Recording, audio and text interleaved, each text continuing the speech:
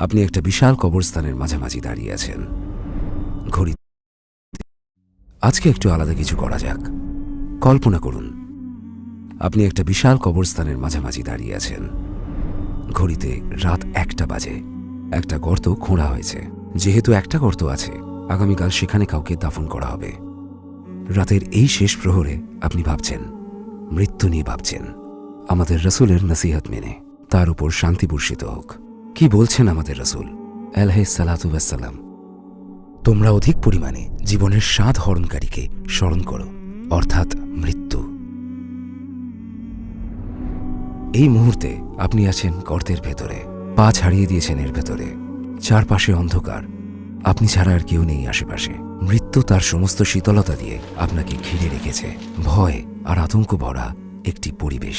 আপনার চারপাশে মৃতদের হাড়গোড়। আপনাকে যারা ঘিরে রয়েছেন, একটা সময় তারা পৃথিবীর বুকে বিচরণ করতেন 100, 150, 200 বছর আগে। এই মানুষগুলো অধীর আগ্রহে বিয়ের বন্ধনে জড়িয়েছিলেন, অধীর উৎকণ্ঠা নিয়ে সন্তান জন্মের খবর শুনেছেন, আনন্দে উদ্বেল হয়ে উঠেছেন। কিন্তু মাটির উপরিতল থেকে তাদের জায়গা হয়েছে মাটির গভীরে। আমি বলতে চাইছি হাজারো লক্ষ মৃতের ভিড়ের কথা। আপনি একা তাদের মাঝে দাঁড়িয়ে আছেন, সম্পূর্ণ একা। ভেবে দেখুন, একটা সময় আপনার সাথেও এমনটা ঘটবে। সেই কবরের ভেতরে নিজেকে কল্পনা করুন, মাটির গভীরে দাফন অবস্থায় নিজেকে কল্পনা করুন। লোকজন আপনাকে এখানে একা ফেলে গিয়ে 2 সপ্তাহের মধ্যে ভুলেও গেছে। 2 সপ্তাহ পর যারা আপনার জন্য শোক করছিল, তারা আবার হাসতে শুরু করেছে এবং তাদের জীবন পুরো দমে চলছে। হয়তো দিনে 2-1 বার আপনাকে তাদের মনে পড়ে, সেটাও ঝাপসা হয়ে আসছে। 3 বছর পরে প্রায় কিছুই আর অবশিষ্ট নেই। আপনার মৃত্যুবার্ষিকীতে লোকে আপনাকে স্মরণ করে যার যার জীবনে ফিরে যায়। যে গল্পটা আমি বলছি সেটা মোটেও কোনো কাল্পনিক গল্প নয়। এই ঘটনাগুলো আপনার আমার সবার সাথে অবশ্যই ঘটবে, 100% নিশ্চিত। আজ আপনি মাটির উপরে আছেন, হ্যাঁ। 100 বছর পর আপনি কি মাটির নিচে থাকবেন? হ্যাঁ। আমরা এমন একটা ঘটনা নিয়ে কথা বলছি যেটা অবশ্যম্ভাবী। তো এখন এখানে একটা সূত্র আছে যা বলে কুল্লু আতিন করিব। এগিয়ে আসা সব ঘটনাই নিকটবর্তী। আপনি যখন মাটির নিচে শায়িত ভাই আমার, লোকজন তখন মাটির ওপরে জীবন উপভোগ করছে, তাদের সকল পার্থিব উন্মাদনা আর গতি নিয়ে। নিচে আপনি শুয়ে রয়েছেন আর ওপরে তারা হেঁটে বেড়াচ্ছে। কল্পনা করুন, কেউ একজন সবে ড্রাইভিংয়ের পরীক্ষায় পাশ করেছেন, যিনি আনন্দে চিৎকার করে উঠছেন, যিনি চেষ্টা করে গেছেন, পরীক্ষা দিয়েছেন 3 বার এবং সবশেষে আজ সত্যিই আনন্দিত। দেখুন, অন্যদেরও একটু দেখুন। হাসপাতালে এক বাবা নিজের হাতে তার সন্তানকে প্রচণ্ড আনন্দে প্রথমবারের মতন কোলে নিয়েছেন। অনেক বছর তার কোনো সন্তান ছিল না এবং এখন তিনি চিৎকার করছেন, আমার সন্তান, আমি তোমাকে একটা সুন্দর জীবন দেব। তার কণ্ঠস্বর হাসপাতালের করিডোরে প্রতিধ্বনিত হচ্ছে। 100 বছর পর সেই পিতা আর পুত্র দুজনের গল্পই গাঢ় মাটি আর সবুজ ঘাসের আবরণে ঢাকা পড়ে যাবে।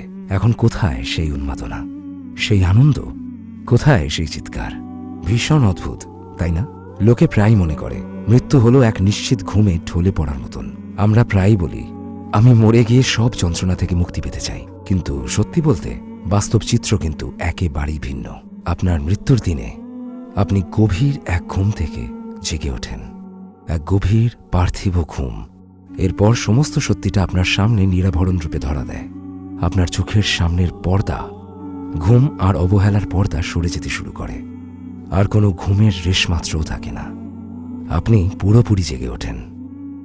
যদি দুনিয়াবি জীবনে আল্লাহকে সন্তুষ্ট করেন, তবে অসম্ভব সুন্দর সবকিছু আপনার জন্য অপেক্ষা করছে। কিন্তু আপনি না পারলে, অর্থাৎ আপনি যদি পাপের সমুদ্রে ডুবে থাকেন এবং এমন সব অজুহাত দিতে থাকেন যে আমি 5 ওয়াক্ত নামাজ পড়ি না, আমার পক্ষে 5 ওয়াক্ত নামাজ পড়া সম্ভব নয়, শুধু 4 ওয়াক্ত পড়াই সম্ভব, হ্যাঁ আমার প্রেমিকা আছে এবং আমরা হাতে হাত রেখে ঘুরে বেড়াই, যদি আপনি এসব কাণ্ড করে বেড়ান আর আল্লাহর সন্তুষ্টি হাসিল না করেন, অর্থাৎ যদি আল্লাহ আপনাকে ক্ষমা না করেন, আপনার জন্য আখিরাতে আযাব অপেক্ষা করছে।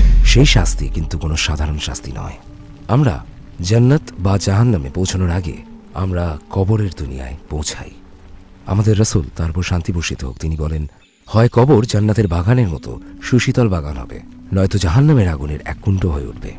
শাস্তি পাওয়া লোকেদের জন্য সেখানে কি অপেক্ষা করছে? এক অসীম একাকিত্ব। আপনার চারপাশে কেবল চিন্তা, আপনি চিন্তা দিয়ে ঘিরে রয়েছেন। সর্বত্রই কেবল অনুতাপ আর অনুতাপ, সবখানে সেই একই চিন্তায় ভরে রয়েছে। ইস, এমনটা যদি না করতাম, তার মানে সবকিছুই হারিয়েছে। পৃথিবীতে যা কিছু আপনার মালিকানায় ছিল সেসব আপনি ছেড়ে এসেছেন এবং একেবারে শূন্য হাতে মাটির নিচের দুনিয়ায় প্রবেশ করেছেন। ঠিক তখন আপনার চারপাশে আর কিছুই অবশিষ্ট নেই, যেগুলো পৃথিবীতে আপনাকে কত ব্যস্ত রেখেছিল। না কোনো চেক, বিল, পরীক্ষা, এটা ওটা কিছুই না। আপনি পরিষ্কারভাবে ভাবতে শুরু করেছেন। আপনি উপলব্ধি করছেন যা কিছু নিজের ভেবেছিলেন সেই সব কখনো আপনার ছিলই না। ঠিক সেই মুহূর্তে আপনি বুঝতে পারেন কেন কাফনের কোনো পকেট হয় না। হোয়াটসঅ্যাপ নামে একটা অ্যাপ আছে, তাই না? সেখানে আপনার একটা অ্যাকাউন্ট ছিল। এই মুহূর্তে সেটার কানাকড়ির মূল্য নেই, জানেন তো? আপনি মেসেজগুলো ব্যাকআপ নেওয়ার জন্য পাগল প্রায় হয়ে যেতেন আর বলতেন, আমার ছবি আর চ্যাটগুলোর কি হবে? আমি সেগুলো ডিলিট করতে পারবো না। সেই ব্যাকআপের এখন কি মূল্য আছে? আপনার ব্যাকআপ ফাইল নিয়ে এখন কে মাথা কামাচ্ছে? আপনার সোশ্যাল মিডিয়া অ্যাকাউন্টের পাসওয়ার্ড শুধু আপনি জানতেন, তাই না? এখন আপনার হোয়াটসঅ্যাপ অ্যাকাউন্ট সহ সেই সমস্ত পাসওয়ার্ডের কোনো মূল্য নেই। হয়তোবা আর কেউই কখনো আপনার হোয়াটসঅ্যাপ চ্যাটগুলো দেখবে না। সেগুলো সম্পূর্ণভাবে গুরুত্ব হারিয়েছে, ডিলিট করে দেবে সেগুলো। আপনার কি মনে হয় আপনার মৃত্যুর পর যে আপনার ফোনটা পাবে তার কাছে সেই মেসেজগুলোর কোনো মানে থাকবে? না, সে সেগুলো ডিলিট করে সবকিছু রিসেট দিয়ে ঝেড়ে ফেলে দেবে। এখন আপনার অস্তিত্ব নেই, তাই স্মৃতিগুলোও নেই। যদি সেগুলো এখনো থাকতো তবুও সেগুলোর মূল্য থাকতো না। আপনি ধীরে ধীরে এই পৃথিবী থেকে মুছে যাচ্ছেন। প্রথমে আপনার মৃত্যুর পর আপনাকে স্মরণ করা হবে। প্রথম মাসে আপনাকে নিয়ে আলোচনা চলবে। 6 মাস পরে সেই আলোচনাগুলো ধীরে ধীরে কমে আসবে এবং 2 বছর পরে সেটা আরও কমবে। হয়তো আজ থেকে 20 বছর পর কেউ হয়তো তখনও তাদের বংশধরদের সাথে আপনার গল্প করবে, কিন্তু 100 বছর পর আর কেউ আপনার নাম নেবে না। কবরের ফলকে আপনার নাম ছাড়া আর কিছুই অবশিষ্ট থাকবে না। কিন্তু হয়তো তারা আপনার কবরের উপর আবার কাউকে কবর দেবে। হয়তো তারা আপনার নাম ফলকটাও সরিয়ে নেবে। কি ঘটেছে? কি অবশিষ্ট আছে এখন? মনে করে দেখুন কতটা দম্ভ করতেন আপনি, কিভাবে মানুষের কাছে প্রদর্শন করে বেড়াতেন। মনে করুন পৃথিবীতে আপনি কিছু জিনিস অর্জন করেছিলেন বলে বুক ফুলিয়ে কতটা দম্ভের সাথে চলতেন আপনি। কোথায় সেসব এখন? কোথায় এখন আপনার সেই দম্ভ? আপনি শূন্যে মিশে গেছেন। এখন আপনি সম্পূর্ণ হারিয়ে গেছেন, মুছে গেছেন, আপনি শূন্য হয়ে গেছেন। আপনি মানুষ যদি আপনাকে মনে রাখে তাতেই বাকি আসে যায়। ধরা যাক তারা আপনাকে মনে রেখেছে, আপনি ইতিহাস তৈরি করেছেন এবং পুরো পৃথিবী আপনাকে নিয়ে কথা বলছে। স্মৃতিতে বেঁচে থেকে আপনার কি কোনো লাভ হচ্ছে? অথবা আপনার কবরের জীবনে কি এর কোনো প্রভাব আছে? এই পৃথিবীতে আপনার অস্তিত্ব আছে কিনা তাতে কি এসে যায়? যদি আপনি ভ্রান্ত এবং নিষিদ্ধ পথ আঁকড়ে চলেন আপনার বন্ধুদের সাথে এবং আপনি যদি কোনো বাছ বিচার ছাড়া উদ্ভট কাজে লিপ্ত থাকেন, সেটা হারাম না হালাল, তখন তারা আপনাকে কিছু পয়সা ধরিয়ে দিয়ে বলবে, যাও তাকে দাফন করে এসো। সে পৃথিবীতে নানা রকম কাজ করে গেছে, তার অনেক অর্জন ছিল।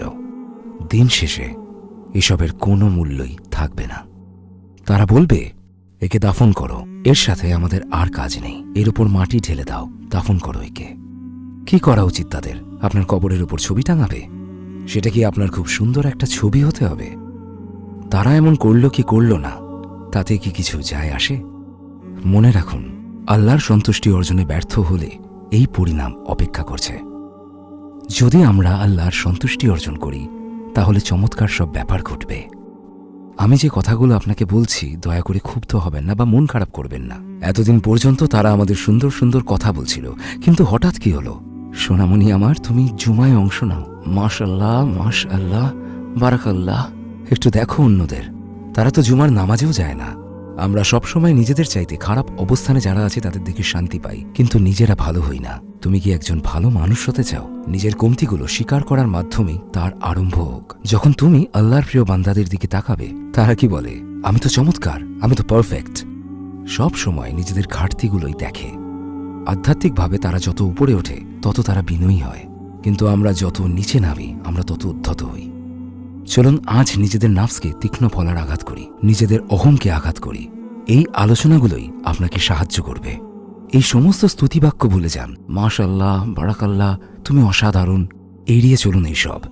আপনি আপনার জীবনের 5 ওয়াক্ত সালাত ছেড়ে দিয়েছেন। কি বলছেন আপনি? আপনি দৈনিক 5 ওয়াক্ত সালাতকে অবহেলা করছেন। মনে রাখবেন, ঈমানের পর সালাত হচ্ছে সবচেয়ে গুরুত্বপূর্ণ বিষয়, যাকে আমাদের রাসূল, তার উপর শান্তি বর্ষিত হোক, বিশ্বাসের স্তম্ভ হিসেবে বর্ণনা করেছেন। সালাত, আপনি জানেন সালাত যার উপর ধর্ম টিকে থাকে, সেই সবচেয়ে গুরুত্বপূর্ণ জিনিস আপনার জীবন থেকে উধাও। কে আপনাকে সান্ত্বনা দেবে? আপনি তাদের কাছ থেকে কি শুনতে আশা করেন? আপনি ধীরে ধীরে এমন একজনে পরিণত হচ্ছেন যার কন্ট্যাক্ট নাম্বারও মানুষের ফোনে রাখার যোগ্য নয়। যে মানুষগুলোর আপনার জীবনে ভূমিকা নেই তাদের খুশি করতে উঠে পড়ে লাগার মানেও হয় না। আপনার উচিত আল্লাহকে সন্তুষ্ট করা এবং তাঁর দয়া ভিক্ষা করা। সবচেয়ে কঠিন অংশটা এখন আপনাকে বলছি ভাই। আপনার মৃত্যুর পর আপনার প্রিয়জনেরা বেশ কঠিন একটা পরিস্থিতিতে পড়েন। তারা আপনার ব্যক্তিগত কক্ষের দরজা খোলেন। কেন? কারণ এই কক্ষে আর কেউ বাস করবে না। তারা প্রয়োজনেই সেখানে প্রবেশ করেন। তারা আপনার ব্যক্তিগত জিনিসপত্র ঘাঁটতে শুরু করেন। তারা আপনার ডায়েরি তুলে নেয়। আপনার কক্ষ নানান স্মৃতিতে ভরপুর, কত শত অভিজ্ঞতা। সেই চার দেওয়াল কত দুঃখের সাক্ষী। তারা আপনার আনন্দ দেখেছে, কিন্তু তবুও আপনার জিনিসপত্র সরাতেই হবে।